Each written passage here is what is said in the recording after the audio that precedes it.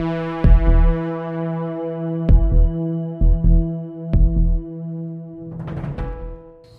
किसान भाइयों, मैं हूं पवन और आपका स्वागत है आपके अपने channel Pawan group of agriculture में। किसान भाइयों, आज हम इस वीडियो में बात करेंगे गर्मी में लगने वाले प्रमुख हरे चारे की खेती के बारे में।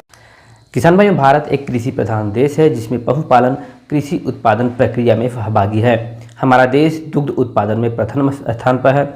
यह वैज्ञानिक व किसानों के कड़ी मेहनत का परिणाम है। पशुओं के रख रखाव में प्रायः 60 से 65% खर्च पोषण पर ही आता है। देश में प्रायः वर्ष में 2 बार हरे चारे की तंगी देखने को मिलती है, पहला अप्रैल से जून और दूसरा नवंबर से दिसंबर।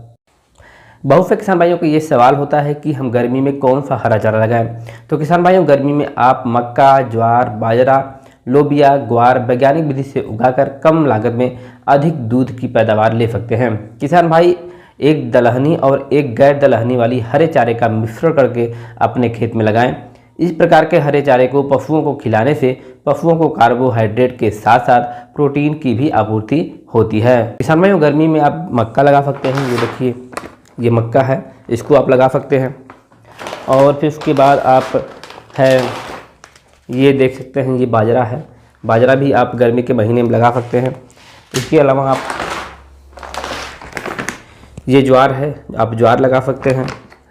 और दलहनी फसलों में आती है आपका ग्वार, और फिर उसके बाद आता है लोबिया।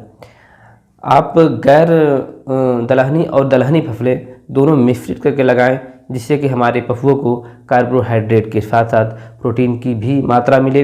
और ये दोनों गैर दलहनी और दलहनी दोनों मिक्स जो चारा होता है, ये हमारे पशुओं के लिए लाभदायक होता है और ये हमारे पशुओं में जो दूध की मात्रा है वो बढ़ाता है। और इसके साथ साथ भी हमारे पशुओं की प्रजनन क्षमता है वो बढ़ती है। हम भाइयों बात करें मक्का की, तो इसमें फूल आने की अवस्था में शुष्क पदार्थ जो होता है 24.1% और इसमें जो प्रोटीन होता है 5.7% और कुल पाच्य तत्व जो होता है वो है 66%। बाजरा की बात करें तो इसमें 24.2% आपका शुष्क पदार्थ होता है और पाच्य प्रोटीन जो होता है 3.7% और कुल जो है पाच्य तत्व होता है वो है 56%।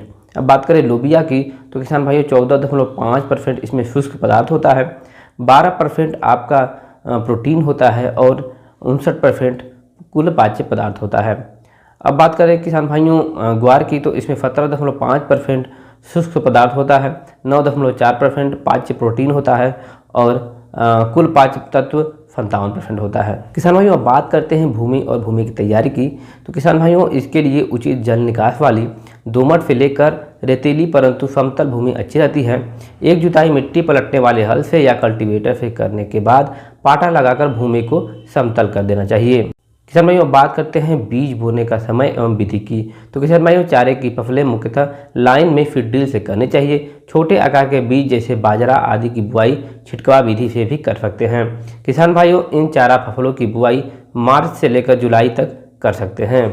किसान भाइयों, अब बात करते हैं सिंचाई की, तो किसान भाइयों गर्मी के मौसम में 10 से 15 दिन के अंतराल पर सिंचाई करते रहने से चारे की बढ़वाड़ अच्छी होती है और पशुओं को नुकसान भी नहीं होता है। किसान भाइयों, अब बात करते हैं खाद एवं उर्वरक की, तो किसान भाई आमतौर पर मृदा परीक्षण के आधार पर ही खाद डालें।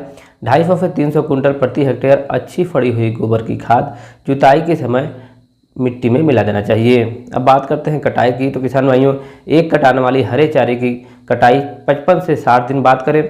किसान भाइयों, फूल बनते समय कटाई करना चाहिए जिससे कि अधिकतम लाभ मिल सके।